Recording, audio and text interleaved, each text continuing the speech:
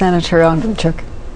We now welcome to the show Andriy Telizhenko, who is one of perhaps a few hundred Canadians or people here in Canada who were eligible to vote in the recent elections in Ukraine. You're in fact a citizen of Ukraine, yes, right? And you're here studying as a student in political science at Ottawa U. Am I right? Yes, that's correct. So how many would have voted here in Canada in the elections in Ukraine? I know that here in Ottawa, they've more than 150 voted the first time, and around 200 people voted the second time. In Toronto, it's a much higher number. It's close to 500, 600 people. Okay, so and this was true right across Canada then. Would there have been polling stations right across Canada for wherever there would have been? This would be Ottawa and Toronto, so that's mainly not polling stations at the end of the election. So that's the results. Okay.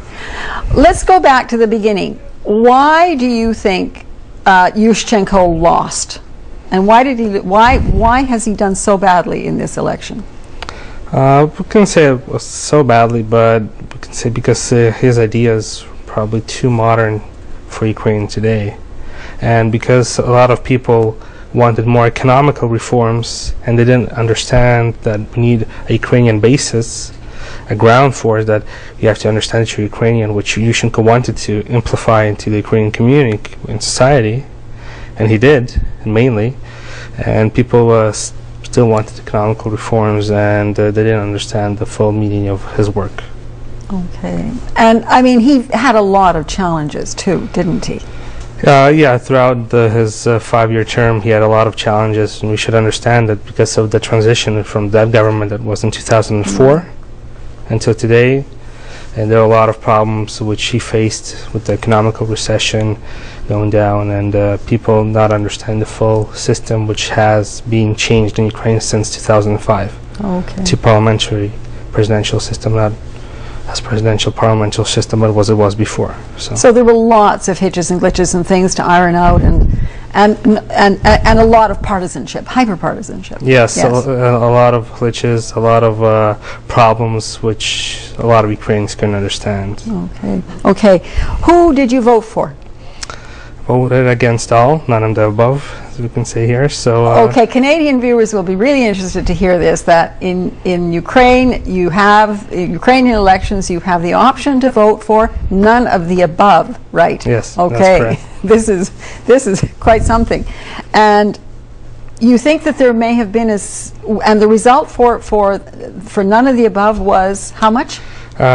4%, 4.4%. 4.4%. Yeah, that's the central. Okay, so 4.4% people bothered to show up and actually say we don't like any of the above. Yes, because we can say that both candidates, Tymoshenko or Yanukovych, didn't implement what people wanted to see for the future president, and they didn't want to take a chance voting for them and giving the regret that they have elected these people. So they had a chance to vote against Stalin to show that there's a force, a power of people that can go against these two candidates. Okay. What was wrong? Take each one in turn. What was wrong with say Tymoshenko? Why didn't you like her?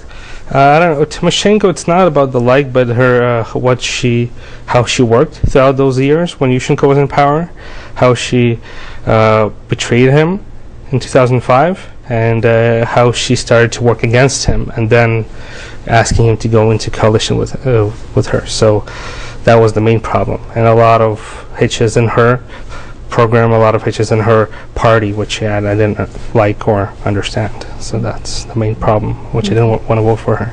Okay, and Yanukovych?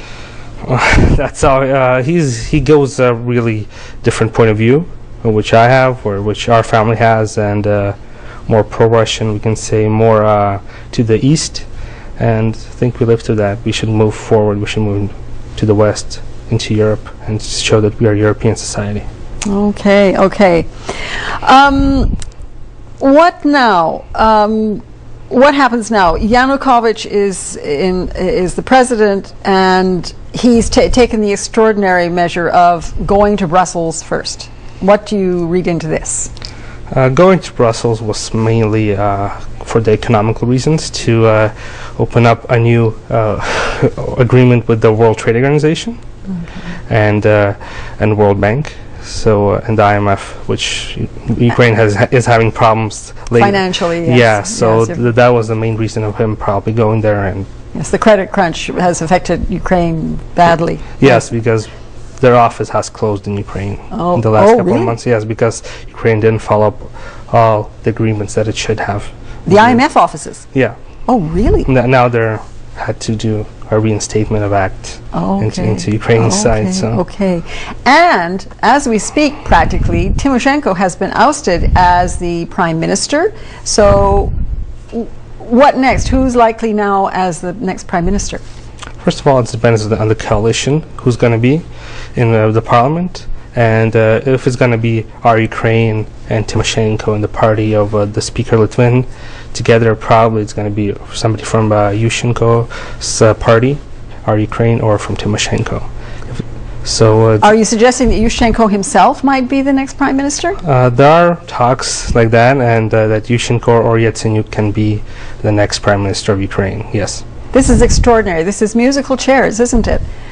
Yeah, politics Well, in Ukraine especially is interesting. So. But maybe they've all learned something and they will move the whole process forward.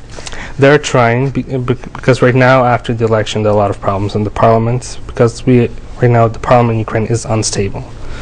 In some way you can say that because of all the problems, all the figures that want to stand out and show that they're power in politics, but they're not. So we need reasonable people to be in government and power to lead Ukraine into a better future.